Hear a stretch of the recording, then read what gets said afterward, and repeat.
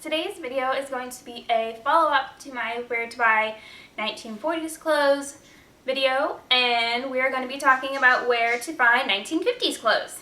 So there's definitely a lot more options for 1950s reproduction ready to wear. So I have a couple of companies to talk about, and we're going to kind of go quickly through them because there's a lot.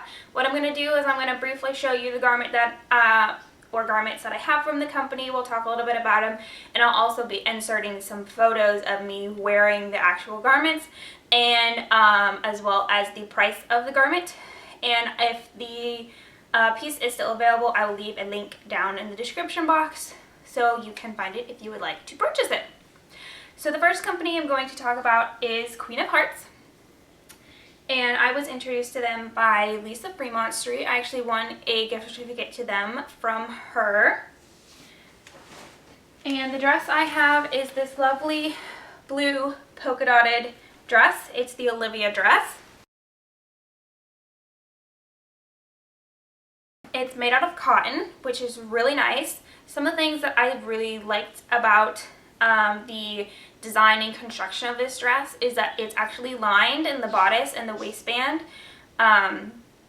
which is a must for white dresses, so that you have a little bit more opacity in your dress. And it also has a pretty big hem, especially for ready to wear. So if you did want it to be a little bit longer, you could. It is quite long already, so you know, it's not too short, but you do have some options with hemming for you ladies who might be a little bit taller. The big thing that I don't like about their company is on the website, you only get a picture of the front of the dress. So you can't see what the back looks like, which is something that you might be concerned about. I was concerned because I don't like to wear garments, especially backless garments where you have to wear all kinds of crazy weird underwear under there that magically defy gravity and are usually very uncomfortable. But other than that, I had a really great experience with that company. The next brand I'm going to talk about is the Bernie Dexter, and I have one dress from her, and this is the rose pinup dress, okay, and this really cute cherry print. I know for sure they don't have this print available anymore, but they do have this particular style of dress in other prints. It's also made from 100% cotton. It's actually made from a quilting cotton. And the Bernie Dexter line uses a lot of Michael Miller fabric prints, which is great because he has a lot of really adorable prints. And it's also great for those of you who sew, because you can actually a lot of times buy that fabric. For example, she has a dress on her site in this barbecue print, but I actually purchased the print and made this dress a little bit different style for a fraction of the price. Not always. Sometimes she does have unique colorways. So for example, the cherry print, they had this, I know, in blue and gray and maybe white, but they did not have the yellow color. So that's one of the reasons I purchased this one, because I love the yellow. The quality of this dress is really nice. It does have a little bit of boning inside of the bodice to help their reshaping. Do note that her dresses tend to be shorter. They hit more around the knee or maybe slightly above the knee depending on how tall you are, and it has a very tiny hem, so there's not really anything to let out if the dress is too short or too long for you. So I prefer a little bit longer dress, but when I'm feeling fun, we'll do a little shorter. The next company is Pinup Girl Clothing, and I have several pieces from them. First off, I have two Jenny skirts. I have this one with a really cute castle print, and I also have this one, which is a cute orange border print.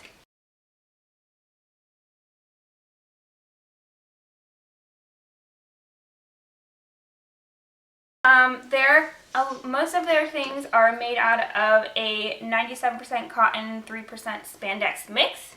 Okay, it's kind of a heavier weight fabric, and it does have a little bit of a stretch, so that's important to know when you're trying to decide on fit. So that's great if you're kind of like in between sizes. There's a little bit more wiggle room as far as their sizing chart goes. The biggest downside to that is it's hard to alter things that have stretch because they tend to stretch back. So for example, the two skirts that I actually have lost some weight, and I have found it very difficult to try to take in the waistband, which for a gathered skirt would normally be very easy because I shorten the waistband and then it stretches back out. They have kind of like a medium length hem. You could maybe let it out half an inch or so if you wanted it to be a little bit longer, but they are also a longer length where it tends to come below the knee. The other piece I have from them,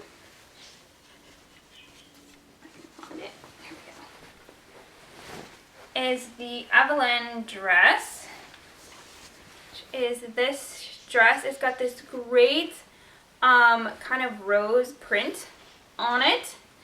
And it comes with a little bolero. It is self fabric on one side and it's black velvet on the other side, so you can wear it either side out.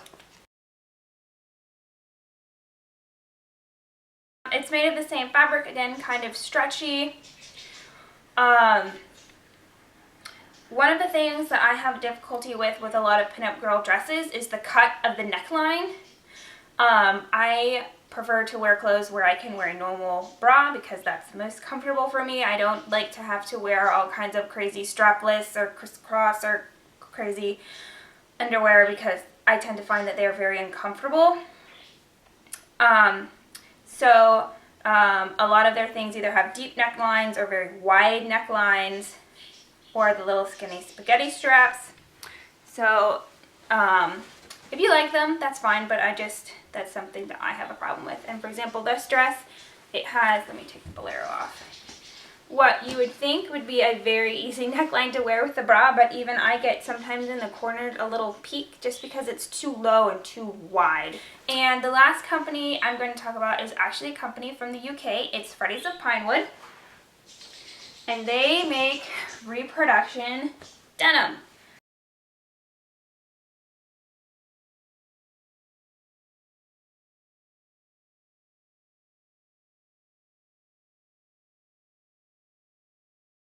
Which is awesome. There are other companies that do reproduction denim, but what I love about Freddys is that they're very authentic in the cuts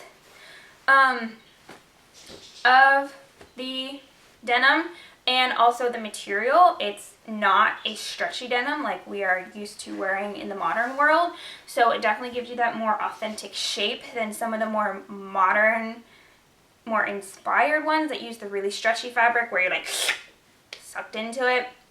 That's not quite as authentic of a look, which is what I prefer. So these ones I have are a pair of pedal pushers. They're capris. Okay. I have had probably 3 or 4 other pair of Freddys pairs of jeans, and I've been really impressed with the quality every single time. And they're really great. They're just awesome.